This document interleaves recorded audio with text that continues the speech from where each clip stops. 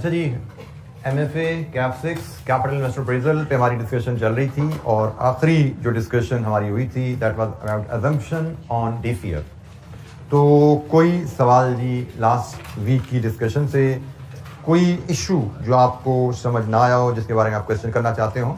एन्युटीज परपैचुइटीज को लेके NPV calculate करना और DCF में टाइमिंग ऑफ कैश फ्लोज की अजम्पशन, जिनकी मदद से हम कैश फ्लोज को एनुअल इंटरवल पे प्लेस करते हैं और फिर उसके बाद हम उस पर NPV या IRR का जो भी टूल इस्तेमाल करना चाहें कर सकते हैं। तो कोई सवाल जी बेटा? अच्छा जी, हम इलस्ट्रेशन 27 देखते हैं। इसमें एक और छोटा सा टूल है, ऑल्दो वो सिलेबस में हमारे उस तरह डिफाइंड तो नहीं है, लेकिन वेरी मच लाइकली है कि हमें एग्जामिनर पूछ सकता है, क्योंकि बहुत ज़्यादा उसमें डिस्कशन इन्वॉल्व नहीं है, इसलिए मैंने उसको टच कर लिया है।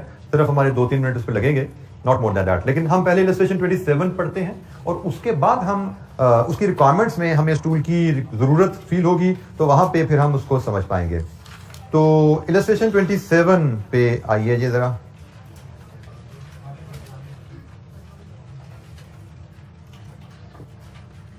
ये जी इलस्ट्रेशन 27 और यह पहली एक तरह की केस हमारे सामने आ रहा है जिसमें डाटा हमें ईयर वाइज अरेंज नहीं दिया जा रहा, हमें कहानी प्रोजेक्ट की सुनाई जा रही है और उस कहानी के मुताबिक हमें डिफरेंट टूल्स अप्लाई करने हैं। तो हम सिर्फ पहले टूल को ही पढ़ के सवाल पढ़ना शुरू कर देते हैं। Calculate NPV assuming that cost of capital is 8%। हम सिर्फ इस रिक्वायरमेंट के मुताबिक सवाल पढ़ते हैं, ये रिक्वायरमेंट हल करेंगे, बाकी बातें फिर हम बाद में करेंगे। तो NPV कॉस्ट ऑफ कैपिटल अगर 8% है तो NPV कैलकुलेट करनी है जी। और ये आ गई इसकी कहानी प्रोजेक्ट की। Extron PLC is considering investing 1 million in a new project to manufacture and sell a brand new toy. The following estimate has been made. Sale number of units 50,000 in the first year, rising by 10,000 units per annum. Life of project 4 years. Price per unit 25. Material cost per unit 10. Labor and variable overheads per unit 8। तो इसके बाद मजीद information दी गई है। In addition fixed overheads relating to the project are expected to be 90,000। The investment is expected to have a salvage value या residual value, एक ही बात है, at the end of year 4 50,000। ये जी प्रोजेक्ट की पूरी कहानी है और हमसे कहा जा रहा है कि हम इसकी NPV बनाएं। NPV बनाने के लिए आपको पता है कि हमें पहले इनिशियल इन्वेस्टमेंट चाहिए और फिर उस इन्वेस्टमेंट से फ्यूचर में हम क्या नेट कैश फ्लो जनरेट करेंगे। फ्यूचर में हम ये यूनिट्स बना के बेचेंगे इस प्राइस पे और ये यूनिट बनाने पे हमारे कुछ खर्चे आएंगे और इनके अलावा ये वेरिएबल है, कुछ फिक्स खर्चा भी आएगा। तो इन्वेस्टमेंट क्या है और उस इन्वेस्टमेंट के नतीजे में फ्यूचर में नेट कैश फ्लोज हमें क्या मिलेंगे। तो हमें पहले उसको 0 1 2 3 4 4 साल लाइफ है, 4 तक हमें सारे कैश फ्लोज एनुअल बेसिस पे अरेंज करने हैं। अच्छा, जब एग्जाम एक तरह का आप समझ लीजिए, जब हमारी एग्जामिनेशन ड्रिल शुरू होने लगी है, पहली एक छोटी सी कहानी आई है जैसे हम एक डाटा एक्सट्रैक्ट करके क्वेश्चन बनाने जा रहे हैं। तो यहाँ पे हमें एग्जाम फॉर्मेट भी जरा समझने की जरूरत है कि एग्जाम के क्वेश्चन हम किस फॉर्मेट में प्रेजेंट किया करेंगे। तो एग्जाम में हमें NPV के क्वेश्चन प्रेजेंट करने के लिए 2 पोटेंशियल फॉर्मेट की जरूरत पड़ती है। मैं अगर वो फॉर्मेट्स पहले आपसे शेयर कर लूं तो फिर हम इस सवाल को हल करते हैं अकॉर्डिंग टू दैट। एक प्रेजेंटेशन फॉर्मेट ये होता है जी कि आप यहां पे डिस्क्रिप्शन लेते हैं कि भाई कैपिटल इन्वेस्टमेंट है, ऑपरेटिंग कैश फ्लोज हैं, यहां पे आप ईयर्स लेते हैं, cash flows, discount factor, present value, NPV। ये वही फॉर्मेट है जो पिछले एग्जांपल्स में हम यूज करते हैं, this is the same format. लेकिन ये फॉर्मेट हम तब यूज करते हैं जब हमारे कैश फ्लोज एन्युटी की शेप में जा रहे हो। जब हमारे कैश फ्लोज एन्युटी की शेप में जा रहे हो, आइंदा अब हम इस फॉर्मेट को तब यूज किया करेंगे। एग्जामिनर क्वेश्चन में हमें ये फॉर्मेट तब सूट करेगा जब हमारे cash flows annual cash flows operating की जरूरत में जा रहे हो। ये देखो, ये वन ऑफ एक कैश फ्लो है, ये भी एक कैश फ्लो है। ये कैश फ्लो है जो हर साल रिपीट होने हैं। तो जो एनुअल कैश फ्लो है वो एन्युटी में है, तो हम इस तरह प्रेजेंट करेंगे। लेकिन यह hypothetical data by the way, यह बिल्कुल आपको सिर्फ लेआउट समझाने के लिए लिखा गया है। लेकिन अब हमारा जो केस है जिसमें हम डील करने जा रहे हैं उसके कैश फ्लोज एन्युटी नहीं है, क्योंकि हम यहां पे देख सकते हैं हमारा जो यूनिट्स है सालाना वो बदलेंगे। जब यूनिट्स बदलेंगे तो रेवेन्यू भी बदलेगा, कॉस्ट भी बदलेगी, तो एज अ रिजल्ट हमारे नेट कैश फ्लोज बदलेंगे हर साल। तो हमारे cash flows annual cash flows annuity नहीं है। जब एनुअल कैश फ्लोज एन्युटी ना हो तो फिर आप ये फॉर्मेट यूज करते हैं। ये कॉलम तो वैसे ही डिस्क्रिप्शन वाला, इसमें कोई चेंज नहीं आया, लेकिन अब ईयर इधर नहीं आ रहा, ईयर इधर आ रहे हैं। ईयर्स आपके अब ऊपर आ रहे हैं, हर कैश फ्लोज रिस्पेक्टिव ईयर्स में लिखे जाएंगे यहां पे सामने, फिर यहाँ पे टोटल किया जाएगा और फिर डिस्काउंट फैक्टर होगा, फिर प्रेजेंट वैल्यू और फिर इस प्रेजेंट वैल्यू का सम नेट प्रेजेंट वैल्यू। तो ये दो फॉर्मेट हैं। कभी हम एन्युटी वाला फॉर्मेट यूज करेंगे अगर कैश फ्लो एन्युटी शेप में है, कभी हम ये वाला फॉर्मेट यूज करेंगे अगर एनुअल कैश फ्लो फर्क है। अब यहाँ देखिए यार में एक साल 20,000 है, फिर 30,000, फिर 15,000 बदल रहा है। ये तो सिंगल है, एक दफा आ गया, लेकिन एनुअल कैश फ्लो का डिफरेंट आ रहा है तो आप इस फॉर्मेट में प्रेजेंट कर दीजिए। अगर एनुअल कैश फ्लो कांस्टेंट है 20,000, हर साल 20,000 है, तो आप इस तरह प्रेजेंट कर दीजिए। ठीक हो गया। तो ये दोनों फॉर्मेट हम यूज करते रहेंगे। जैसे अब ये 27 इलस्ट्रेशन करने जा रहे हैं, इसमें ये दोनों फॉर्मेट से यूज हो जाएंगे किसी न किसी पार्ट में। तो लेकिन पहला पार्ट जो हम एनपीवी का करने जा रहे हैं उसमें नजर आ रहा है शायद ये फॉर्मेट यूज होने जा रहा है। तो let's go to the question again. अच्छा जी, sales, life of the project, price per unit, variable cost material की है, लेबर एंड वेरिएबल ओवरहेड्स की है, फिक्स्ड कॉस्ट है, और उसने फिक्स्ड कॉस्ट के बारे में बता दिया कि ये रिलेटिंग टू द प्रोजेक्ट है, इसलिए ये रेलेवेंट है। हमें अब ये भी ख्याल रखना होगा कि हमें different items of cash flows दिए जाएंगे, उनमें कुछ रेलेवेंट होंगे, कुछ इररेलेवेंट होंगे।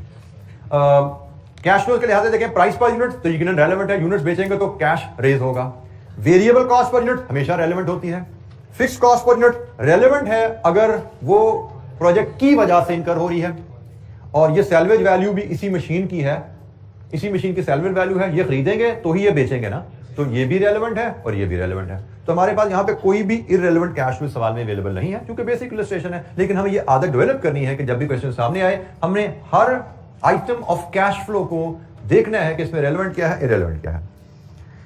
अच्छा जी, प्रोजेक्ट की लाइफ 4 साल है। फॉर्मेट हमने डिसाइड कर लिया, उसके मुताबिक अब हम पहले ड्रॉ करते हैं फॉर्मेट।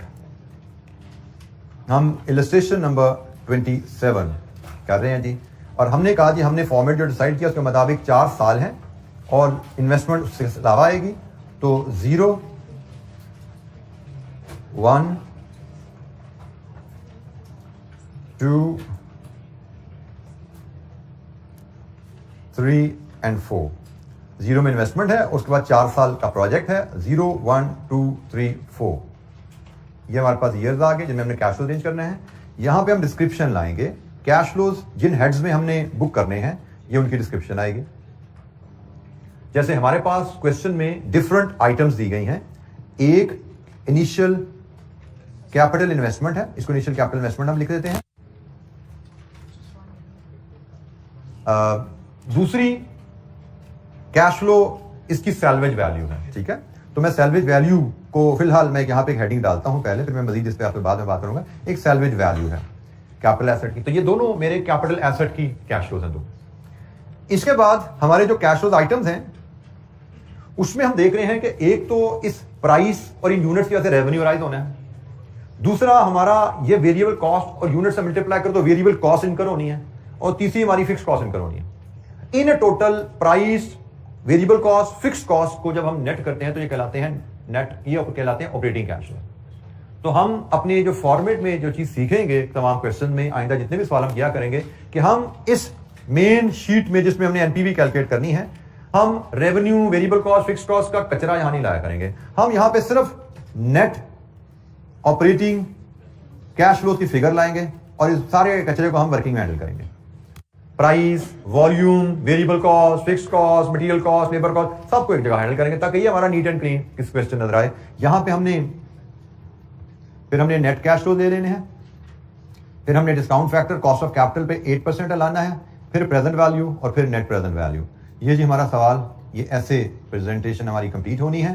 पार्ट ए हम जो करने जा रहे हैं।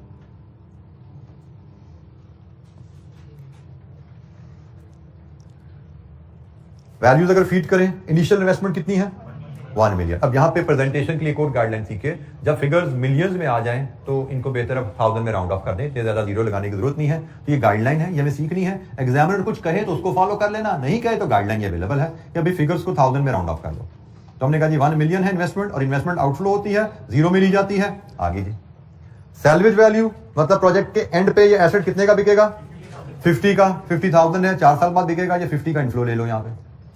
अब वर्किंग वन में जाएंगे, जहां पे नेट ऑपरेटिंग कैश फ्लो लाएंगे। अब यहां पे ख्याल रखना है, हर वैल्यू की रेलेवेंट ईयर में डालने से हमारे नंबर मिलते जा रहे हैं। मे बी हाफ नंबर मिल गया, मे बी हाफ नंबर मिल गया, 1 नंबर हम स्कोर कर चुके हैं। अभी हमने कोई एनालिसिस नहीं किया, लेकिन रेलेवेंट ईयर्स में फिगर को फीड करना हमें नंबर देता जा रहा है, स्टेप बाय नंबर है। अब हम नेट ऑपरेटिंग कैश फ्लो पे जाते हैं। नेट ऑपरेटिंग कैश फ्लो में कैसे हमने प्रेजेंट करना है, इसकी प्रेजेंटेशन का भी हम एफिशिएंट तरीका सीखना चाहेंगे। एक ये वैल्यू पर यूनिट है, एक ये वैल्यू पर यूनिट है, एक ये वैल्यू पर यूनिट है, ये 3 वैल्यूज पर यूनिट है। मतलब टोटल वैल्यू बनाने के लिए इन सबको यूनिट से मल्टीप्लाई करना पड़ेगा। तो भाई बजाय इसके कि हम हर चीज को यूनिट से मल्टीप्लाई करें, हम जरा स्मार्टली काम करेंगे। क्या करेंगे? नेट करके जो वैल्यू मिलेगी उसको कहेंगे हम कंट्रीब्यूशन। नेट करके वैल्यू मिलेगी कंट्रीब्यूशन, हम कंट्रीब्यूशन को मल्टीप्लाई कर देंगे एक ही दफा वॉल्यूम के साथ, तो हमारा टोटल कंट्रीब्यूशन आ जाता है। मार्जिनल कॉस्टिंग से हमारा तारुफ हो चुका है लकीली शायद। तो हम जो प्रेजेंट करेंगे इसको इस अंदाज में, जो वर्किंग हम बनाएंगे, हमारे पास 4 साल हमने कारोबार करना है।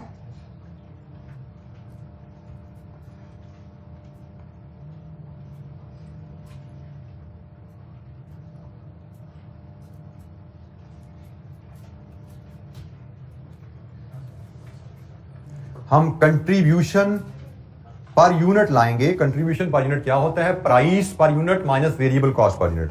तो प्राइस पर यूनिट हमारी है 25, वेरिएबल कॉस्ट पर यूनिट -8 -10। एक यूनिट बेच के हम जो कंट्रीब्यूशन कमाएंगे रुपीज में 7 है। ये तो हर साल 7 ही है। और हमने यूनिट्स कितने बेचने हैं पहले साल? अच्छा, हम एक काम करते हैं, हम इसको 1000 में ले आते हैं। हम सेल्स को यूनिट से 1000 कर देते हैं क्योंकि मुझे वैल्यूज तो 1000 में ही चाहिए ना। तो मैं यूनिट से 1000 कर देता हूं। पहले साल 50,000, दूसरा साल 60,000, 70,000, 80,000। एज अ रिजल्ट मेरा टोटल कंट्रीब्यूशन क्या आएगा? टोटल कंट्रीब्यूशन रुपीज इन 1000 में अब आएगा 350, 420, 490, 560।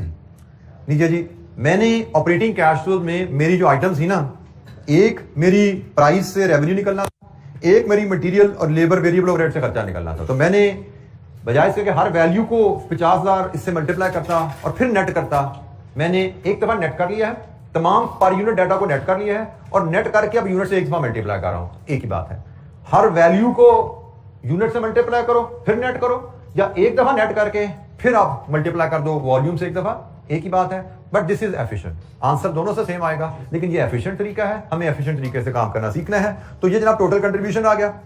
इसके अलावा हमारे पास ऑपरेटिंग कैश फ्लोज में और क्या चीजें हैं? बिजनेस कैश फ्लोज में फिक्स्ड कॉस्ट। तो टोटल कंट्रीब्यूशन में से हम फिक्स्ड कॉस्ट लेस करेंगे, लेस फिक्स्ड कॉस्ट।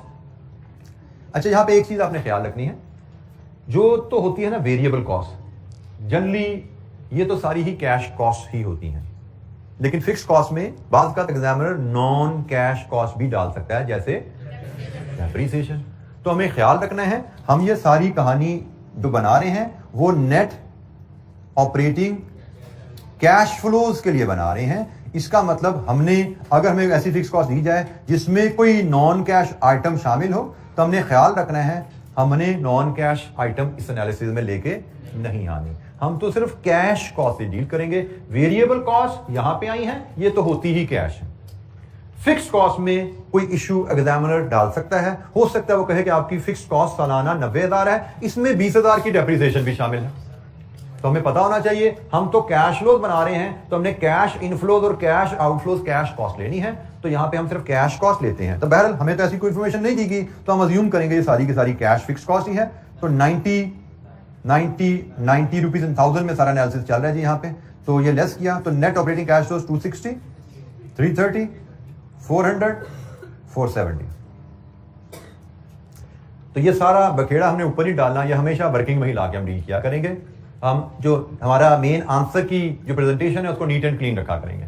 उसमें एग्जामिनर के सोल्यूशन में अक्सर ये चीजें आपको मर्ज हुई नजर आया करेंगी, वो वर्किंग में इरादा नहीं करता, लेकिन हम अपना हर सवाल इंशाअल्लाह ऐसे ही हल किया करेंगे और आपको ऐसे ही डेवलप करनी हैबिट। ये जरा एफिशिएंसी भी रहती है इसमें और एरर रेट भी इसमें लो रहता है, क्योंकि जो दूसरा फॉर्मेट है उसमें कोई ना कोई वेरिएशन, कोई ना कोई कॉम्प्लिकेशन आ ही जाती है आपके आगे जाके, क्योंकि आगे जाके हमने डिफरेंट एडजस्टमेंट सीखनी है। उन एडजस्टमेंट की वजह से एक ही फॉर्मेट सब कुछ हैंडल करोगे तो कॉम्प्लिकेट हो जाती है चीजें।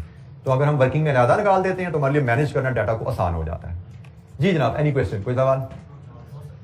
अच्छा, ये नेट ऑपरेटिंग कैश फ्लोज हैं, इनको हम अब यहां फीड करेंगे। ईयर 1 में 260, 330, 400, 470। लीजिए जी, हर कॉलम का सम कीजिए। 0 में 1000 का आउटफ्लो, 1 में 260 का इनफ्लो, 330 का इनफ्लो, 400 का इनफ्लो एंड 520 into। अब ये डाटा उस शेप में है जिससे आप फेमिलियर हो। पीरियड वाइज कैश फ्लो आपके सामने आ गया। अब इस डाटा के साथ आप डील करना आपको आता है। जैसे मैंने कहा एग्जाम या मेजर क्वेश्चन में आपको जो मेजर मार्क्स हुआ करेंगे वो डाटा को इस शेप में लाने के हैं। इसके आगे 2-3 नंबर ही रह जाते हैं। एनपीवी अप्लाई करना है, आईआरआर करना है, जो मर्जी टूल लगाना है, 2 नंबर 3 नंबर 4 नंबर, बात 15 नंबर का सवाल है, 18 नंबर का सवाल है, आपके 3-4 नंबर के अलावा सारे नंबर यहां पे पड़े हुआ करेंगे, वर्किंग में हुआ करेंगे कि भाई डाटा को इस शेप में लाने तक आप 70-80% मार्क्स कमा चुके हो। मांगी उसने आपसे एनपीवी है, लेकिन एनपीवी के बगैर ही आप 70-80% मार्क्स कमा जाते हो। आखिरी तो 2-3 नंबर सबसे आसान होते हैं। और यहां पे मैं फिर तवज्जो दिला दूं, हर स्टेप के नंबर हैं। ये वैल्यू लिखे नंबर, ये वैल्यू लिखी नंबर, कंट्रीब्यूशन निकाला मार्क्स, फिक्स कॉस्ट शामिल की नंबर, देन डिस्काउंट फैक्टर लिखा 8% पे, इसका भी एक नंबर है, सिर्फ टेबल से कॉपी करने का। कैश फ्लो को मल्टीप्लाई किया, एक नंबर, एनपीवी लाए, एक नंबर, पॉजिटिव एक्सेप्ट लिख दिया, नेगेटिव रिजेक्ट लिख दिया, एक नंबर। इसका मतलब आपको ऊपर कुछ भी नहीं आता, एक नंबर, 2 नंबर, 3 नंबर ले सकते हो आप। ऊपर कुछ भी नहीं आया, अज्यूम करो यहाँ पे ये 100 है, ये 50 रुपए है, ये 100 की इन्वेस्टमेंट है, ये 50 की इनफ्लो है, लिखो तो यहाँ पे अज्यूम किया जी, फिक्र मैंने, और 8% के फैक्टर टेबल से लाके कंप्लीट करते सवाल को, फिर भी 3 नंबर आ जाते हैं। हालांकि आपने अब यहाँ पे सवाल के बारे में कुछ नहीं छेड़ा आपने, लेकिन 3 नंबर फिर भी ले लिए। तो this is how scoring marks are easy in numerical. अगर आपको स्टेप वाइज मार्किंग का मतलब पता हो तो आप सवाल में बहुत अच्छा स्कोर कर पाते हो। और ये स्किल बहुत अहम है बेटा कि आप सवाल को कंप्लीट करना सीखिए। अभी हम इंशाअल्लाह पास पेपर क्वेश्चन पे भी जाएंगे आगे चल के। सवाल को कंप्लीट करना इज द आर्ट। एरर है, एरर रेट है शुरू में, कोई बात नहीं, विद रिवीजन विद प्रैक्टिस कम होता जाएगा, लेकिन सोल्यूशन देखकर सवाल करना is not the thing which you need to learn. सवाल को कंप्लीट करना सीखना है, गलत होता है कोई बात नहीं, हमें उससे गर्द नहीं है, लेकिन हम कंप्लीट करना सीखें। आहिस्ता आहिस्ता उसमें एरर रेट हमारे कम होते जाएंगे। अभी 50% स्कोर लेंगे, 40% लेंगे, मे बी 10 दिन बाद हम 70-60 लेना शुरू कर दें, महीने बाद हम 70-80 पे आ जाएंगे स्कोर लेना। This is how we will improve. लेकिन अगर हमने सवाल पूरा करना ना सीखा और सोल्यूशन को देख देख के सवाल करते रह गए तो हम सही ट्रैक पे कभी नहीं चढ़ पाएंगे।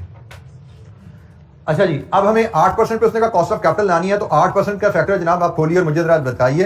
8% 1 में 0 में तो आ गया 1.926 85 7 794 735। लीजिए जी, मल्टीप्लाई कीजिए हर कैश फ्लो को उसके रिस्पेक्टिव फैक्टर के साथ। ये 1000 आ गया, 241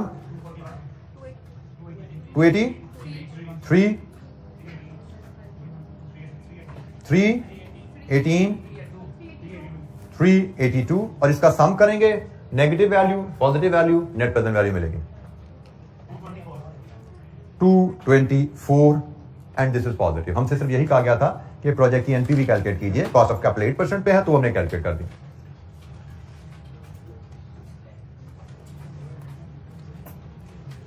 जी, एनी क्वेश्चन, कोई सवाल? अच्छा जी, हमें पार्ट ए हमने कर लिया। यहां पे रिक्वायरमेंट तो नहीं है, लेकिन हम एक काम और करते हैं इस सवाल में, हम इसमें पे बैक भी कैलकुलेट करते हैं जी। मैं पे बैक इसलिए करवा रहा हूं कि हमने जो नेक्स्ट रूल एक डिस्कस करना है उसका ताल्लुक पे बैक से ही है, तो हम इसमें एक पे बैक की कैलकुलेशन भी करते हैं। लेट्स अज्यूम हमें यहां पे कहा जाए कि आप पे बैक भी कैलकुलेट कीजिए। ये मैं रिपीट, रिक्वायरमेंट नहीं है सवाल की, हमें पे बैक पीरियड भी लेकिन कैलकुलेट करने को कहा जाए। पे बैक पीरियड कैलकुलेट करना हमने 2 तरीके सीखे थे। एक, अगर एनुअल रिटर्न इवन है तो हमने कहा जी initial investment divide with even cash flow, तो यहां पे तो इवन नहीं है, ये तो हर साल बदल रही है, तो फिर क्या करें, cumulative cash flow, cumulative cash flow की इंफॉर्मेशन बनाएं। तो जनाब क्यूमुलेटिव कैश फ्लो की इंफॉर्मेशन में यहां पे डायरेक्ट पे बैक करते हुए मैं क्यूमुलेटिव कैश फ्लोज बनाता हूं। इसी टेबल को मैं एक्सटेंड कर लेता हूं। यही कॉलम चूंकि यूज होने वाले हैं तो इन्हीं कॉलम को मैं एक्सटेंड करके इस पार्ट के लिए, जो कि ओरिजिनल हमारी रिक्वायरमेंट का हिस्सा नहीं है, मैं सिर्फ अगले पार्ट की डिस्कशन के लिए ये बीच में ला रहा हूं। अच्छा जी, क्यूमुलेटिव कैश फ्लो, जब प्रोजेक्ट शुरू हुआ हमारी पोजीशन नेगेटिव है 1000, एक साल बाद 740 रह गया नेगेटिव, एक और साल गुजरा 410 नेगेटिव रह गया, एक और साल गुजरा 10 नेगेटिव है, और यहां पे आके 510 पॉजिटिव है। हमारा जो पे बैक यहां पे बनता है, जो हमने सीखा हुआ है, पे बैक इज 3 years प्लस 10/520। यही सीखा था ना हमने। आखिरी साल में 520 आ रहा है, हमें 10 चाहिए, 10/520 कितना बनता जी? 3.01 ईयर्स। ये जी हमारा पे बैक है। आई रिपीट, रिक्वायरमेंट नहीं थी, लेकिन अगला पार्ट डिस्कस करने के लिए इसको हमने टच किया। ये हमने पे बैक सीखा हुआ है और ये हमारी पे बैक की कैलकुलेशन आ गई। इस क्वेश्चन का पार्ट बी देखिए, वो कहता है जी डिस्काउंटेड पे बैक कैलकुलेट कीजिए। पे back, discounted pay back calculate कीजिए। पे बैक हमें पता है, डिस्काउंटिंग हमें आती है, तो डिस्काउंटेड पे बैक के लिए सिंपली आपके पास ये स्टेप्स जो हैं, ये शायद मैं नोट्स में स्किप हो गए, शायद सिंपल थे इसलिए मैंने लिखे नहीं, ऐसा या मैंने डिलीट कर दिया वहां से। कैश फ्लोज आपके पास जब है प्रोजेक्ट के, इन कैश फ्लोज को कॉस्ट ऑफ कैपिटल पे डिस्काउंट करके इनकी पीवी ले लीजिए और फिर क्यूमुलेटिव पीवी का कॉलम बनाइए। That will give you discounted pay back. पे बैक बताता है कैश फ्लो टर्म में इन्वेस्टमेंट कितनी देर में वापस आई, और डिस्काउंटेड पे बैक बताता है प्रेजेंट वैल्यू टर्म में इन्वेस्टमेंट कितनी देर में वापस आई। अगर आपको हम जब पे बैक कैलकुलेट कर रहे थे तो पे बैक की कैलकुलेशन में हमने एक डिस्कशन की थी, जब पे बैक से हम एनपीवी पे गए थे कि भाई पे बैक तो कह रहा है भाई जो पैसा लगाया वो कितनी देर में वापस आया। हमने 100 रुपए आज लगाया है, वो 100 रुपया 3 सालों में वापस आ जाता है, तो 3 सालों में जो 100 रुपया आया उसकी वैल्यू वो तो नहीं थी जो हमने लगाया था, उसकी वैल्यू तो बदल गई है। तो ये वाला मसला जो है ना, ये वैल्यू बदल जाने वाला डिस्काउंटेड पे बैक में हल होता है। हमने कैश फ्लोज को डिस्काउंट कर लेना है पहले कॉस्ट ऑफ कैपिटल पे, जैसे यहां पे हम ऑलरेडी कैश फ्लोज को डिस्काउंट कर चुके हैं कॉस्ट ऑफ कैपिटल पे। ये हमारा कॉस्ट ऑफ कैपिटल है, this is our cost of capital. तो डिस्काउंटेड पे बैक क्या है कि आप कैश फ्लोज को नहीं, कैश फ्लोज को डिस्काउंट कर लो पहले कॉस्ट ऑफ कैपिटल पे, और फिर इसको, इस डाटा को लेके आप पे बैक कैलकुलेट करो। पार्ट बी में हम क्यूमुलेटिव प्रेजेंट वैल्यू की इंफॉर्मेशन बनाते हैं। यहां पे हमने क्यूमुलेटिव कैश फ्लो की इंफॉर्मेशन बनाई थी, यहां पे हम क्यूमुलेटिव प्रेजेंट वैल्यू की इंफॉर्मेशन बनाएंगे वही फॉर्मेट पे कि यही कॉलम है, इन्हीं कॉलम को लेंगे और क्यूमुलेटिव प्रेजेंट वैल्यू की इंफॉर्मेशन बनाएंगे और उसी अंदाज में हम पे बैक कैलकुलेट कर लेंगे। लेकिन ये डिस्काउंटेड पे बैक कहलाएगा क्योंकि हमने डिस्काउंटेड कैश फ्लोज को लेकर पे बैक कैलकुलेट किया है। तो जनाब प्रेजेंट वैल्यू को लेकर चलें तो स्टार्टिंग पॉइंट तो 1000 नेगेटिव ही है, तो 1000 में से 241 हो गया रिकवर, फिर कितना रह गया जी? 759 नेगेटिव, 283 रिकवर हो गया, 476, फिर 318 रिकवर हुआ, नेगेटिव 158, और आखिरी साल में यकीनन हम पॉजिटिव में जा रहे हैं, वो हम पॉजिटिव ना भी निकालें तो कोई मसला नहीं है। हमारा डिस्काउंटेड पे बैक जो आएगा it will be 3 years plus 158 over 382, 158 over 382, तो कितना बना जी? 3.41 ईयर्स। ये जी हमारा डिस्काउंटेड पे बैक है। अब जरा इन दोनों का मतलब समझ लीजिएगा। पे बैक क्या कह रहा है कि हमारी जेब से जो पैसा गया वो पैसा कितनी देर में वापस आएगा। तो जो पैसे हमारी जेब से जाएंगे इस प्रोजेक्ट में इन्वेस्ट होंगे, वो पैसे इस प्रोजेक्ट की कमाई से 3.01 ईयर में वापस आएंगे। डिस्काउंटेड पे बैक क्या कह रहा है, जो पैसा हमारी जेब से इस प्रोजेक्ट में इन्वेस्ट हुआ वो प्रेजेंट वैल्यू टर्म में कितने अरसे में वापस आएगा, वो प्रेजेंट वैल्यू टर्म में 3.41 ईयर में वापस आएगा। जो पैसा हमारी जेब से गया है प्रेजेंट वैल्यू टर्म में वो पैसा 3.41 ईयर में वापस आया। ये फैक्टर कैलकुलेट करने का तरीका वही है, ये कैलकुलेशन तकरीबन उसी प्रिंसिपल पे है। फर्क सिर्फ क्या है कि भाई डिस्काउंटेड पे बैक में हम पीवी को अक्यूमुलेट करके कैलकुलेट करेंगे पीरियड, और पे बैक पीरियड में हम कैश फ्लोज को अक्यूमुलेट करके करते हैं। जैसे यहां पे हमने क्यूमुलेटिव कैश फ्लोज, ये है जी कैश फ्लोज जो यहां पे यूज किए गए हैं, और ये है प्रेजेंट वैल्यू जो यहां पे यूज की गई है। ये फर्क है पे बैक में डिस्काउंटेड पे बैक में। पे बैक में कैश फ्लोज को लेके क्यूमुलेट की गई है इंफॉर्मेशन, और इवन ये यहां पे ना भी लिखें तो कोई हर्ज नहीं है, और डिस्काउंटेड पे बैक में प्रेजेंट वैल्यू को लेके क्यूमुलेटिव इंफॉर्मेशन बनाई गई है। जी एनी क्वेश्चन, कोई सवाल? जी बेटा।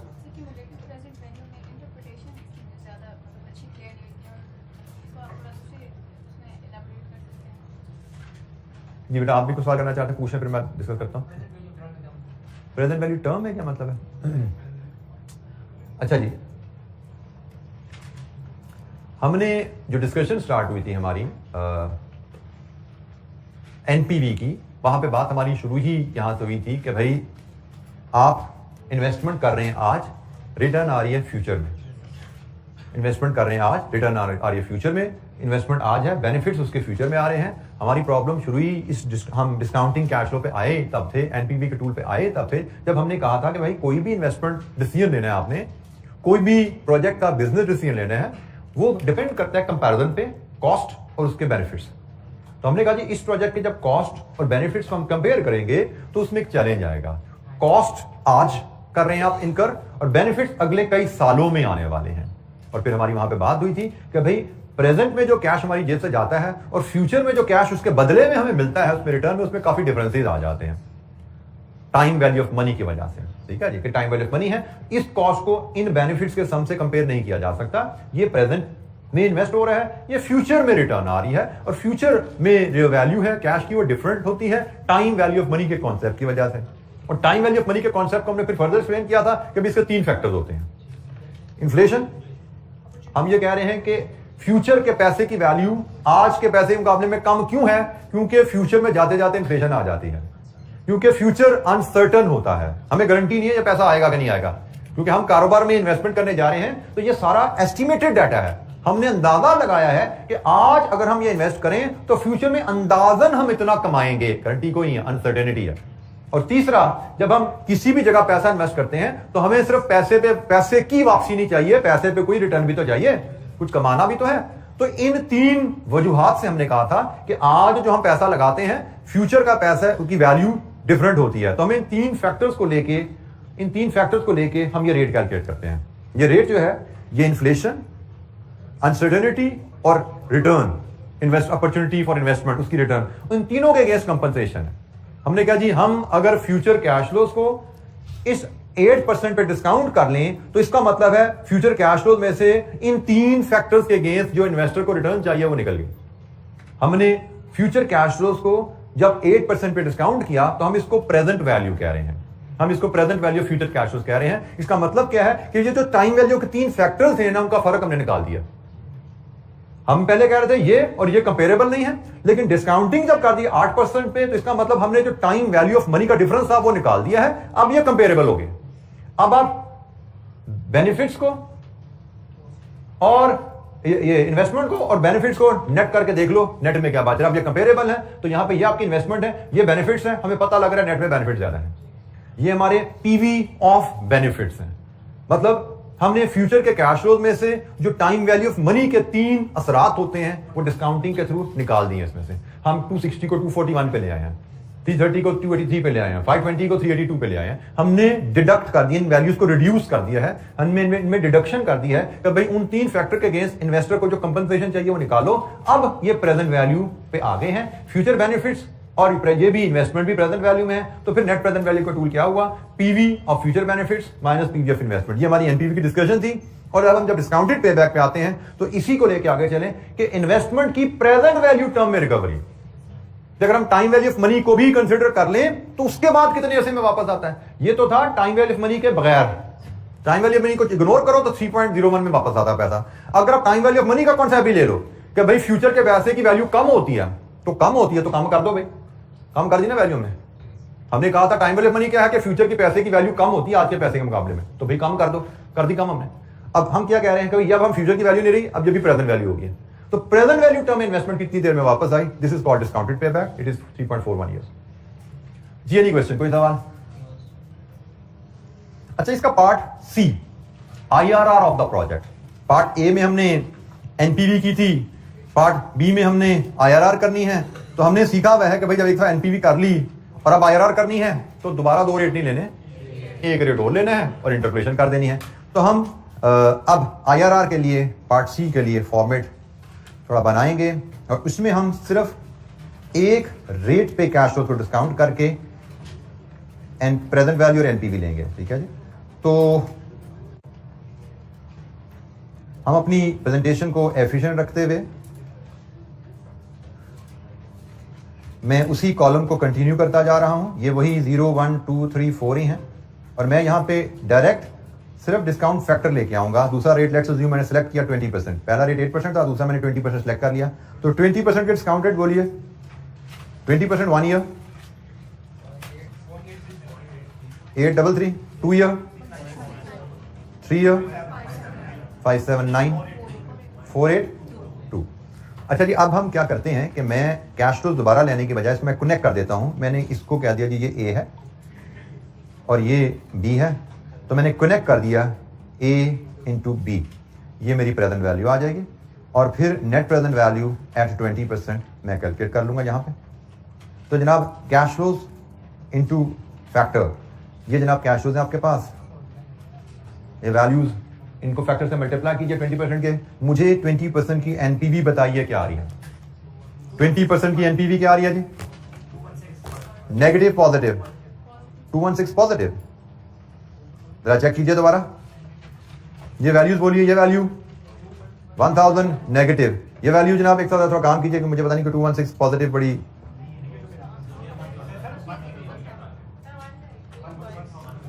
सॉरी,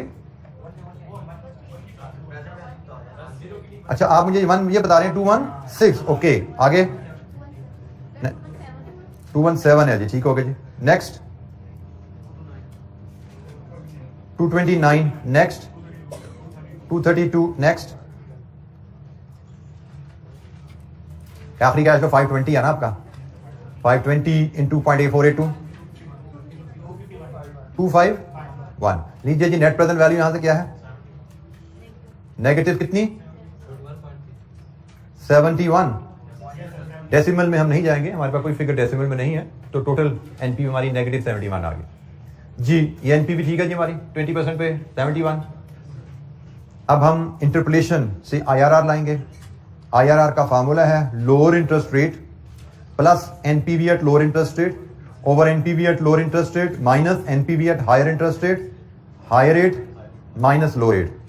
ये माइनस माइनस प्लस हो जाएगा। तो बताइए आईआरआर आपकी क्या आती है? It should be slightly less than 20, 17.11। ये जी इंटरपोलेशन से में आईआरआर आ गई। एनी क्वेश्चन, कोई सवाल? ये हमने पार्ट सी अटेम्प्ट किया, आईआरआर ऑफ द प्रोजेक्ट।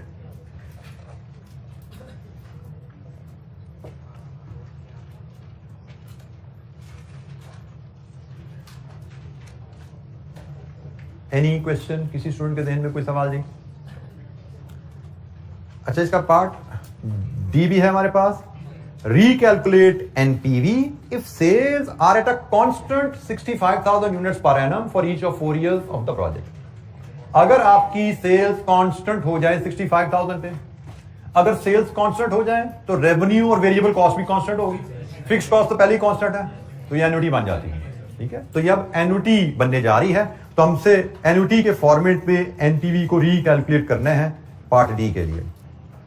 तो पार्ट डी हम करेंगे और उसका फॉर्मेट हमारा होगा, हमारा एक कॉलम प्रेजेंट वैल्यू का बनेगा, एक कॉलम डिस्काउंट फैक्टर का है, एक कॉलम कैश फ्लो का है, एक कॉलम ईयर का है। ठीक है जी, हमारे यहाँ कॉलम कुछ इस तरह बनेंगे। ये डिस्क्रिप्शन, यहां पे ईयर, यहां पे कैश फ्लोज रुपीज इन 1000 में ले रहे हैं हम, यहाँ पे discount factor cost of capital 8% पे, क्योंकि हमें एनपीवी का टूल अप्लाई करना है। यहाँ पे प्रेजेंट वैल्यू आएगी, ये भी रुपीज इन 1000 में होगी।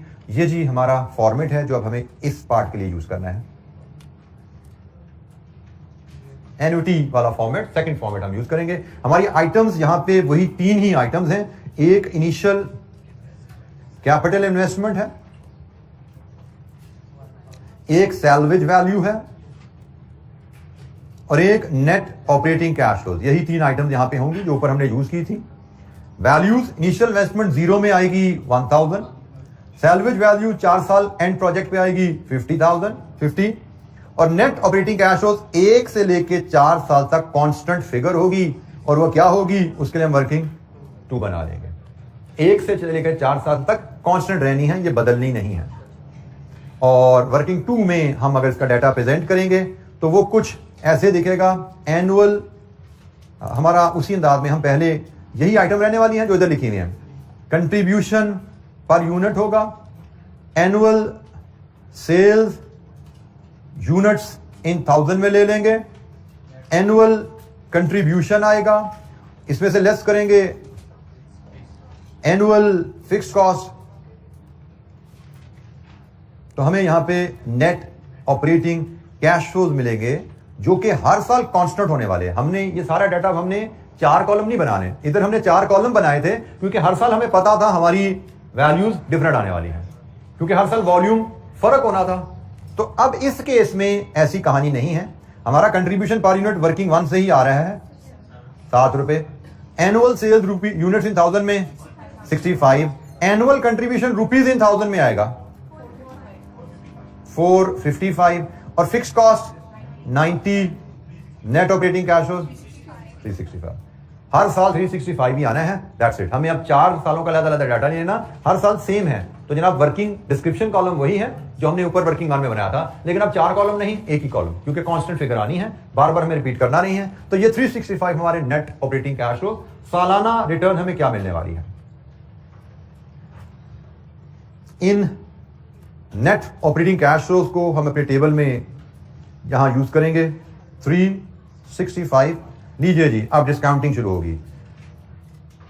8% 4 ईयर सिंगल कैश फ्लो है, प्रेजेंट वैल्यू टेबल बताइए।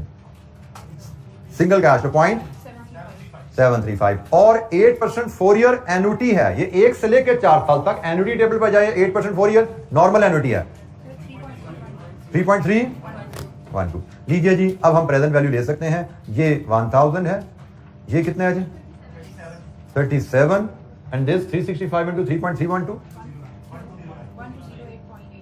09। लीजिए जी, now we have net present value 246 and it is positive. तो एन्युटी कैश फ्लोज हो, ऑपरेटिंग कैश फ्लोज, तो हम इस फॉर्मेट में प्रोजेक्ट कैश फ्लोज प्रेजेंट करेंगे, हम इसमें एनपीवी निकालेंगे। और अगर कैश फ्लोज हमारे हर साल डिफरेंट हैं तो फिर हम इस अंदाज में कैश फ्लोज के अरेंज करके हम ऐसे एनपीवी रिपोर्ट करते हैं। जी जनाब, कोई सवाल? हमने इस इलस्ट्रेशन में एक तो स्टोरी से कैश फ्लोज को एक्सट्रैक्ट करके उसको फॉर्मेट में, जो रेलेवेंट फॉर्मेट है उसमें प्रेजेंट करना सीखा। और इसके अलावा हमने इस इलस्ट्रेशन में एक नया टूल भी डिस्कस कर लिया, that was discounted pay back. NPV हमने पहले सीखी हुई थी, तो हमने जो नया टूल सीख लिया कि भाई एनपीवी के लिए जब हम कैश फ्लो पर डिस्काउंट करते हैं कॉस्ट ऑफ कैपिटल पे, क्यूमुलेटिव पीवी बना के हम डिस्काउंटेड पे बैक भी कैलकुलेट कर सकते हैं। हमारे सिलेबस में पे बैक भी है, डिस्काउंटिंग भी है। डिस्काउंटेड पे बैक की टर्म उसने लिखी नहीं, लेकिन मुझे लगता है लाइक्लीहुड है कि हमें इस पे भी वो चीज टेस्ट कर सकेगा, क्योंकि जब पे बैक भी आ गया, डिस्काउंटिंग भी आ गई, तो बीच में कोई इशू रहा नहीं, कोई एडिशनल कॉन्सेप्ट रहा नहीं डिस्काउंटेड पे बैक कैलकुलेट करने के लिए। इसलिए मैंने आपको ये 2-4 मिनट लगा के डिस्काउंटेड पे बैक का कॉन्सेप्ट भी आपसे शेयर कर लिया। जी कोई सवाल? अच्छा जी, अब हमने बेसिक जो कैलकुलेशंस थी वो सीख ली। अब टाइम है 3 की एडजस्टमेंट्स सीखने का। वो तीनों एडजस्टमेंट्स हमें एग्जाम में हो सकता है, किसी एग्जाम में 2 आए, किसी क्वेश्चन में 3 आ जाए, किसी में 1 आए, लेकिन they carry sizable weight in the exam. जो मार्क्स मैंने कहा था ना कैश फ्लोज बनाने के मार्क्स हैं, तो उन कैश फ्लोज में जो एडजस्टमेंट्स हैं उनका हम जिक्र करने जा रहे हैं। देयर आर 3 एडजस्टमेंट्स जो हमें सीखनी है, जिनमें से एक इन्फ्लेशन है, डीलिंग विद इन्फ्लेशन। कि भाई 5 साल का प्रोजेक्ट है, आज इन्वेस्टमेंट करोगे, अगले 5 साल तक 4 साल तक प्रोजेक्ट चलना है, तो भाई इतने लंबे अरसे में तो इन्फ्लेशन भी आती है। हमारे पाकिस्तान में तो महीनों में, दिनों में इन्फ्लेशन आती है। तो भाई इन्फ्लेशन को कैसे डील करना है? लॉन्ग टर्म प्रोजेक्ट में इन्फ्लेशन भी एग्जिस्ट करेगी। How to deal with inflation in long term project. दूसरी एडजस्टमेंट आती है dealing with working capital investment. Working capital investment से मुराद होती है इन्वेस्टमेंट इन करंट एसेट्स। अभी तक हमने जो छोटे छोटे से सवाल किए, इलस्ट्रेशन देखी, उनमें हम इनिशियल कैपिटल इन्वेस्टमेंट को डिस्कस कर रहे थे। कैपिटल इन्वेस्टमेंट से मुराद होती है इन्वेस्टमेंट इन कैपिटल एसेट्स। तो भाई आपने कोई कारोबार अगर करना है, तो कारोबार करने के लिए सिर्फ कैपिटल एसेट्स ही रिक्वायर्ड नहीं होते, सिर्फ प्लांट और बिल्डिंग नहीं चाहिए। प्रोडक्शन शुरू करनी है तो मटेरियल भी चाहिए, प्रोडक्ट बेचनी है तो फिनिश गुड्स भी चाहिए कस्टमर को दिखाने के लिए, और कस्टमर को बेचनी है तो उधार पे लेकर जाएगा, उसको उधार पे देने के लिए मजीद पैसा चाहिए। तो ये हमारी इन्वेस्टमेंट इन करंट एसेट्स आ जाती है कि भाई कारोबार की जब फिजिबिलिटी करते हैं, तो कारोबार में इन्वेस्टमेंट जो होती है वो सिर्फ कैपिटल इन्वेस्टमेंट नहीं होती, वो करंट एसेट में भी इन्वेस्टमेंट चाहिए होती है कारोबार के। तो भाई अगर आपके कारोबार में जो अगर क्या यकीनन आपको कारोबार में वर्किंग कैपिटल में भी इन्वेस्टमेंट करनी पड़ेगी, तो वर्किंग कैपिटल इन्वेस्टमेंट को कैसे डील करेंगे हम अपने एनपीवी या आईआरआर के टूल में, एक ये एस्पेक्ट है। और एक तीसरा एस्पेक्ट जो हमें सीखना है टैक्सेशन। कभी दुनिया में शायद ही कोई ऐसा मुल्क हो जिसमें आप किसी कारोबार से मुनाफा कमाएं और टैक्स ना लगे। तो अगर हम प्रोजेक्ट की फिजिबिलिटी कर रहे हैं और हम प्रोजेक्ट की फ्यूचर रिटर्न्स मेजर कर रहे हैं, तो भाई अगर फ्यूचर में प्रोजेक्ट से रिटर्न्स कमाएंगे तो फ्यूचर में उन रिटर्न पे टैक्स भी तो देना पड़ेगा ना। टैक्सेबल प्रॉफिट्स कैलकुलेट करके उन पे हमें टैक्स भी पे करना पड़ेगा। तो अगर हम फिजिबिलिटी कर रहे हैं तो फिजिबिलिटी करते हुए फ्यूचर रिटर्न्स में से टैक्स की पेमेंट भी आपको चार्ज करनी पड़ेगी। That is also a relevant cash flow. तो हमारी 3 एडजस्टमेंट्स हैं जिन पे हमने काम करने हैं, और जिसके बाद हम इस एरिया के एग्जामिनल क्वेश्चन कर पाएंगे। It will take us around 3 lectures to complete this topic, जिसके बाद हम फिर एग्जामिनल क्वेश्चन पे पहुंच जाएंगे। हमारा टॉपिक यहाँ पे आल्दो इसका चैप्टर हमारा कंप्लीट नहीं होगा, इसके बाद इस चैप्टर में थोड़ी सी कुछ एडिशनल कैलकुलेशन भी दी गई है। वो बेसिक सी कैलकुलेशन है, सिंकिंग फंड का कॉन्सेप्ट जो आपने क्यूएम में शायद पढ़ा हुआ है। सो वो उसकी छोटी सी कैलकुलेशन जरूर है, लेकिन एग्जाम लेवल क्वेश्चन के लिहाज से ये 3 एडजस्टमेंट करेंगे। गालबन हमारे 2 से 2.5 लेक्चर लगेंगे, जिसमें हमारी ये तीनों एडजस्टमेंट कंप्लीट होगी, जिसके बाद हम फिर एग्जाम लेवल क्वेश्चंस कर रहे होंगे इंशाअल्लाह। ठीक है, तो आज के लिए हम डिस्कशन यहीं पे ही कंक्लूड करते हैं। कल इंशाअल्लाह हम इन्फ्लेशन जो पहली एडजस्टमेंट है उस पर बात शुरू करेंगे, then working capital and then taxation. जैसे मैंने कहा 2-2.5 लेक्चर शायद लगेंगे इन तीनों एडजस्टमेंट को कंप्लीट करने के लिए। आज के लिए इतना ही। Thank you very much. अस्सलाम वालेकुम।